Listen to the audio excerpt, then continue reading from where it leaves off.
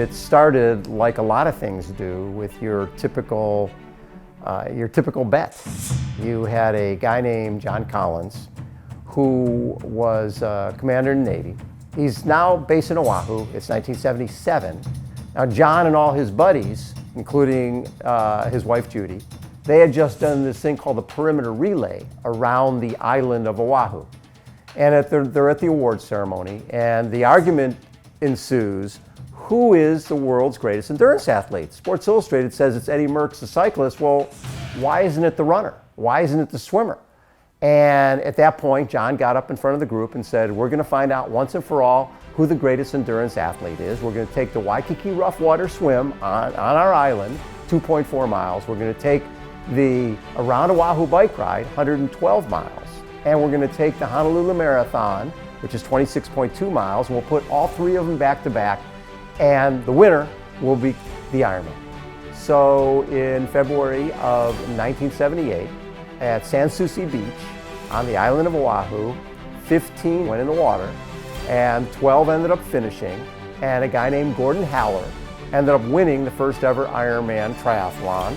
And at that point, it wasn't a world championship, because it was the only one of its kind. In 1979, Sports Illustrated came over to cover the event.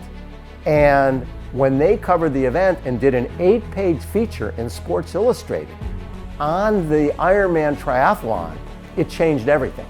So if you look at those big moments on how the sport changed, 15 starters and 12 finishers in both 78, 79, and then in 1980, because of Sports Illustrated, it went to 108. That year, in 1980, ABC Wild Rose Sports had read about it in Sports Illustrated, and they were there shooting cliff diving on Sunday, so they shot the Ironman on Saturday. And now has taken it to another level.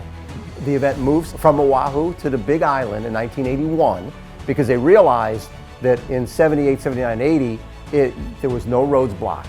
For this thing to really catch on, they needed a partner. The Big Island became the partner for the Ironman. Moved over there in 1981. Then you flash ahead to February of 82. And in that race, you had Kathleen McCartney, who was 22 years old and a college student. You had Julie Moss, who was 22 years old and a college student. And that race changed everything, because you had Julie, who's winning the race, and all of a sudden, people are watching at home.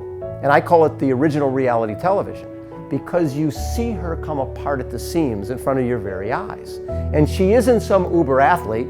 She's a 22-year-old girl with a trucker hat on. She could have been your next door neighbor. She could have been your kid. So the person sitting in Pittsburgh or Milwaukee now has an affinity for this young woman who is struggling. You watch her collapse. She looks like Bambi. You're sitting at home going, stay down. What are you doing? Don't get up. And then she gets up, and then she goes down again, and then she gets up, and then she's on the ground.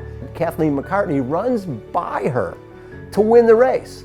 And then the camera zooms back to Julie, all right? She has just been passed to win this event. And what you see is Julie on all fours crawling to the finish line. The American public is watching this woman crawl to the finish line, see her collapse and put her arm across the finish line with a smile on her face. Our sport had gone mainstream, and it was because, not the uber athletes, it was the average athletes. The stories that were going to matter were going to be stories of these everyday people accomplishing something impossible.